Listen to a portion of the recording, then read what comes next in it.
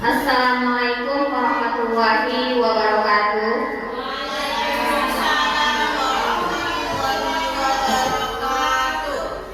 Alhamdulillah, semoga kita pagi ini dalam keadaan sehat walafiat. Yang saya hormati ibu-ibu guru sekalian.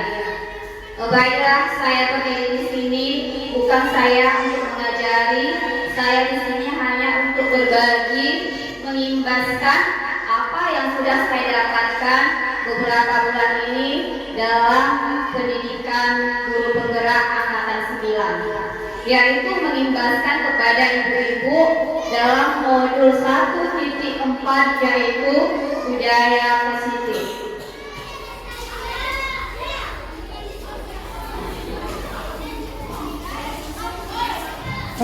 Makna disiplin.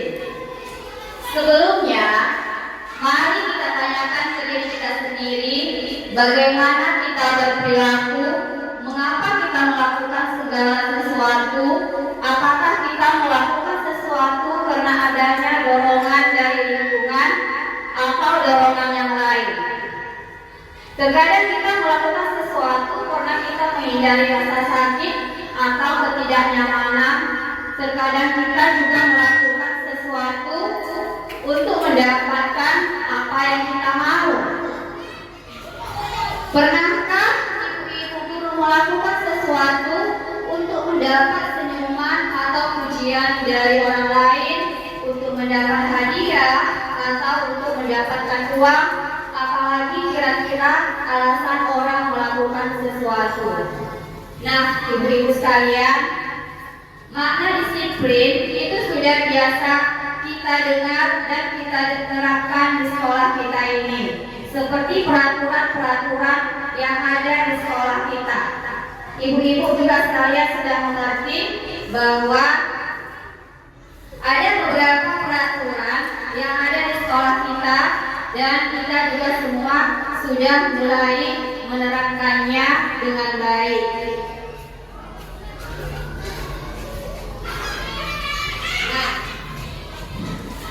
Selanjutnya tentang keyakinan kelas. Nah, peraturan itu secara umum sudah kita ketahui. Peraturan di Indonesia ada, di negara kita ada, di agama kita juga ada. Nah, sekarang masuk kita keyakinan kelas. Bagaimana menciptakan keyakinan kelas?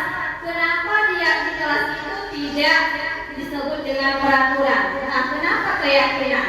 Nah, sebelumnya tadi peraturan-peraturan yang ada di sekolah kita ini kita ambil yang mana yang rasa kita bisa kita terapkan di kelas kita masing-masing. Nah, keyakinan kelas itu adalah tentang nilai-nilai kebajikan, bahwa menekankan pada keyakinan seseorang akan lebih memotivasi seseorang dari dalam. Seseorang itu akan lebih tergerak dan bersemangat untuk menjalankan keyakinannya daripada hanya sekedar mengikuti serangkaian peraturan tertulis tanpa makna. Murid-murid pun demikian. Mereka perlu mendengarkan dan memahami arti sesungguhnya tentang peraturan-peraturan yang diberikan. Apa nilai-nilai kebajikan di balik peraturan tersebut? Apa tujuan utamanya? Dan menjadi tidak tertarik atau takut sehingga hanya sekedar mengikuti serangkaian peraturan-peraturan yang mengatur mereka tanpa memahami tujuan kuliahnya. Nah, jadi ibu sekalian, di kurikulum Merdeka ini kita diperintahkan atau disuruh membuat keyakinan kelas kita masing-masing. Nah, mungkin di KKG kita pun ibu-ibu sudah pernah belajar bagaimana tentang membuat keyakinan, iya kan? KKG kita udah pernah kan ibu-ibu? Udah kan Bu Lila? Bu lupa? Iya. Jadi harapan saya bagi ibu-ibu yang belum membuat keyakinan kelasnya, dimulailah dari sekarang. Jadi bagaimana membuat keyakinan kelas itu?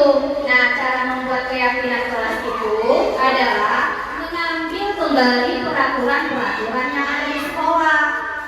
Nah, anak-anak kita suruh mengingat kembali peraturan-peraturan apa saja yang ada di sekolah ini. Kemudian dari peraturan-peraturan itu kita diskusikan bersama anak-anak murid kita. Peraturan yang mana yang bisa rasa-rasa kita gak usah banyak-banyak ibu ya. Biarlah sedikit tetapi peraturan itu bisa kita terapkan di kelas kita menjadi sebuah keyakinan kelas kita. Jadi caranya anak-anak disuruh mengingat kembali peraturan-peraturan yang ada di sekolah. Kemudian anak-anak suruh masing-masing satu menyebutkan peraturan mana yang menurut dia bagus untuk diterapkan di kelasnya. Kemudian ibu menyaring kembali, diskusikan kembali bersama anak-anak peraturan yang mana yang bisa diterapkan di sekolah. Kemudian setelah itu kita buat menjadi sebuah poster atau kita buat menjadi sebuah keyakinan kelas kita.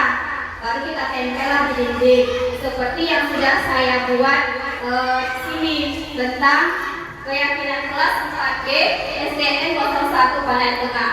Ini sudah kami sepakati dan kami diskusikan menjadi sebuah keyakinan kelas kami. Ya, jadi bagi ibu-ibu yang belum membuat keyakinan kelasnya masing-masing, mulailah dari sekarang untuk membuat keyakinan. Ya, jadi bukan peraturan, karena keyakinan itu dibuat mereka sendiri. Karena mereka sendiri yang membuatnya, mudah-mudahan menjadi sebuah keyakinan untuk dilaksanakan secara bersama-sama. Selanjutnya, ada 5 kebutuhan dasar manusia. Seluruh tindakan manusia memiliki tujuan tertentu. Semua yang kita lakukan adalah usaha terbaik kita untuk mendapatkan apa yang kita inginkan. Ketika kita mendapatkan apa yang kita inginkan, sebetulnya saat itu kita sedang memenuhi satu atau lebih dari suatu kebutuhan dasar kita, yaitu kebutuhan untuk bertahan hidup, kasih sayang dan rasa diterima, kebebasan, kesenangan, dan penguasaan. Ketika seorang murid melakukan suatu perbuatan yang bertentangan dengan nilai-nilai kebajikan atau melanggar peraturan, hal itu sebenarnya dikarenakan mereka gagal memenuhi kebutuhan dasar mereka. Nah, zaman sekarang sudah berubah, paradigma baru pun sudah kita perhatikan, walaupun kadang bertentangan dengan hati nurani kita. Ya, sama halnya dengan anak murid kita, kebutuhan dasar mereka harus kita penuhi. Kadang anak-anak, kenapa dia tidak tertib belajar di kelas? Kenapa dia sambil makan di kelas, bermain sambil belajar? Karena kebutuhan dasarnya itu tidak terpenuhi. Mereka bosan, ya. Mereka ingin bebas. Apalagi tadi di situ. Nah, mereka mau kasih sayang dari seorang guru. Jadi, kalau 5 kebutuhan dasar murid ini kita penuhi dengan baik di kelas, mudah-mudahan murid kita itu tidak ada lagi yang menyalahi keyakinan kelas yang sudah kita sepakati. Nah, ini yang lebih penting ya ibu-ibu, 5 posisi kontrol guru. Menurut Ian Gesser dalam bukunya Restitution Restructuring School Discipline tahun 1998 mengemukakan bahwa guru perlu meninjau kembali penerapan disiplin di dalam ruang-ruang kelas mereka selama ini. Apakah telah efektif, apakah berpusat, memerdekakan, dan memandirikan murid? Bagaimana dan mengapa? Melalui serangkaian riset dan berdasarkan pada teori kontrol Dr. William Glasser, dosen berkesimpulan ada 5 posisi kontrol yang diterapkan seorang guru, orang tua ataupun atasan dalam melakukan kontrol. Kelima posisi kontrol tersebut adalah penghukum, pembuat rasa bersalah, teman, pemantau, dan manajer. Nah, selama ini kita sebagai guru, termasuk saya, di mana posisi kita selama ini ibu terhadap murid-murid kita dari 5 kontrol yang dikemukakan Dienis Gosen. Apakah sebagai pemantau, penghukum, teman, atau manajer? Di mana posisi kita? Kalau saya sendiri, saya selama ini selalu dalam posisi kontrol penghukum. Iya kan ibu-ibu? Iya kan? Iya. Karena selama ini kita selalu menakut-nakuti murid. Kalau tidak dihukum mereka tidak akan takut. Kalau tidak ada hukuman mereka tidak akan yakin untuk melakukan sesuatu. Intinya mereka itu takut kenapa? Hukuman. Ya. Jadi mulai sekarang kita itu sebaiknya di posisi pemantau dan manajer atau manajer. Inilah posisi guru yang terbaik. Mengapa saya katakan terbaik? Karena di posisi pemantau dan manajer ini, posisi guru di situ, ketika ada murid kita yang bermasalah, murid itu enggak kita langsung menghukum. Kita tanya dulu apa sebabnya, kenapa anak itu berbuat seperti itu.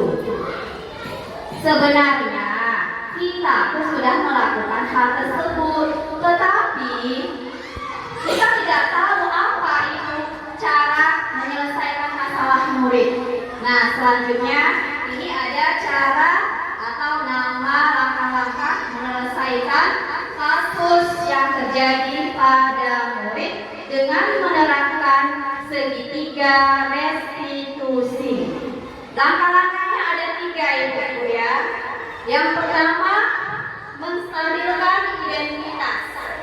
Nah, ketika ada anak-anak kita bermasalah atau memiliki kasus yang terjadi di dalam kelas kita, langkah kita yang pertama adalah menstabilkan identitas, yaitu misalnya dengan memanggilnya ke depan bersama kita. Tidak boleh kita di hadapan murid-murid, harus kita dampingi, kita panggil ke depan. Nah, apa itu menstabilkan identitas? Kata-kata yang perlu kita ucapkan ketika kita menstabilkan identitas, misalnya nanti saya tampilkan video saya ketika saya sudah menerapkan segitiga restitusi di akhir pembelajaran ini ya. Apa kata-kata yang boleh kita ucapkan di situ? Berbuat salah itu tidak apa-apa. Kita ucapkan itu kepada anak murid kita. Boleh lagi, tidak ada manusia yang sempurna. Saya juga pernah melakukan kesalahan seperti itu. Kita bisa menyelesaikan ini. Bapak Ibu tidak tertarik mencari siapa yang salah, tapi Bapak Ibu ingin mencari solusi dari permasalahan ini. Kamu berhak merasa begitu. Apakah kamu sedang menjadi teman yang baik buat dirimu sendiri? Nah, pada langkah pertama inilah kata-kata guru, tapi harus kita sesuaikan juga dengan masalah atau kasus yang terjadi pada murid kita, yang mana yang cocok untuk kita ucapkan. Inilah namanya langkah menstabilkan identitas. Langkah kedua pada segitiga restitusi ini adalah validasi tindakan yang salah. Nah, di tahap kedua, ini kita sebagai guru boleh mengucapkan, padahal kamu bisa melakukan yang lebih buruk dari ini ya. Kamu pasti punya alasan mengapa melakukan hal itu. Kamu patut bangga pada dirimu sendiri, karena kamu telah melindungi sesuatu yang paling penting buatmu. Kamu boleh mempertahankan sikap itu, tapi kamu harus menambahkan sikap yang baru. Dan langkah yang ketiga adalah dalam menerapkan segitiga restitusi ini adalah menanyakan keyakinan. Tadi kan keyakinan kelas kita sudah kita buat. Nah, kembali apa yang kita percaya sebagai kelas atau keluarga, kita tanyakan kembali kepada murid kita. Keyakinan kelas apa yang sudah dilanggarnya terhadap kasus yang dibuatnya. Kemudian apa nilai-nilai umum yang telah kita sepakati? Apa bayangan kita tentang kelas yang ideal? Kamu mau jadi orang yang seperti apa? Intinya, ketika murid memiliki kasus atau masalah di dalam kelas, kita sebagai guru tidak boleh menghukum secara langsung, harus kita terapkanlah segitiga restitusi ini. Intinya, mereka yang berbuat salah, mereka sendiri mencari solusi bagaimana memperbaiki kesalahan mereka. Intinya seperti itu. Tetapi kita bimbing bagaimana caranya. Kita tanya bagaimana menurut mereka itu memperbaiki kesalahan mereka. Nah, itu sebenarnya ini sudah kita terapkannya itu, tapi kita nggak tahu apa namanya. Kemudian langkah-langkahnya itu mungkin tidak komplit karena kita tanya, minta maaf kau, gitu aja kan. Nah, tidak mengikuti langkah-langkah melestarikan identitas, validasi tindakan yang salah, dan menanyakan keyakinan.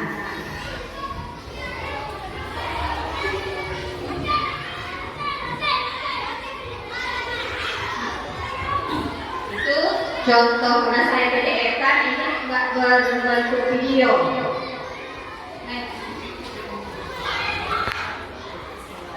Selanjutnya ada video ketika saya menerapkan segitiga restitusi di kelas saya pada kasus murid di kelas 4.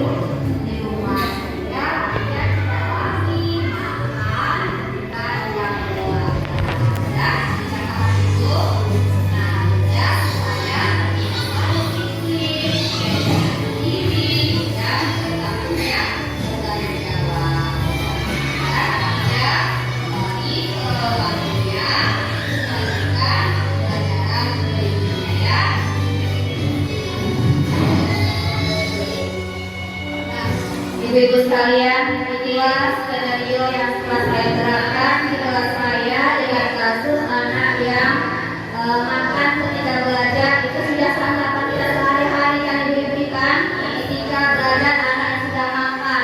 Dan kasus yang kedua ini adalah ketika anak tidak berpakaian lengkap ketika upacara bendera. Itu juga sudah sangat tidak sehari-hari.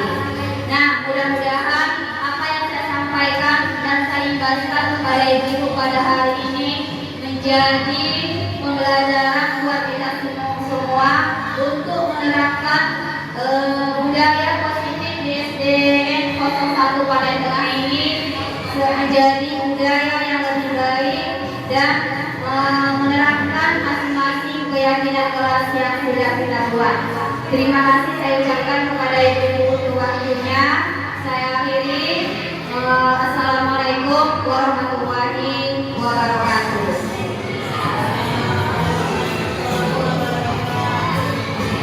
Dan untuk membuat keyakinan kelas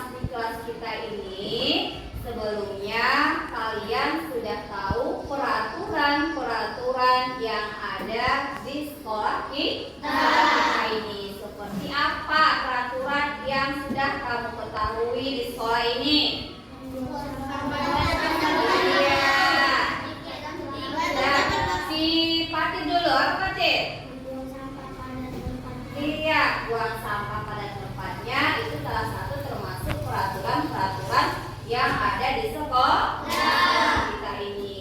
Nanti kalian ibu suruh menyebutkan atau membuat peraturan apa saja yang harus kita terapkan di kelas kita.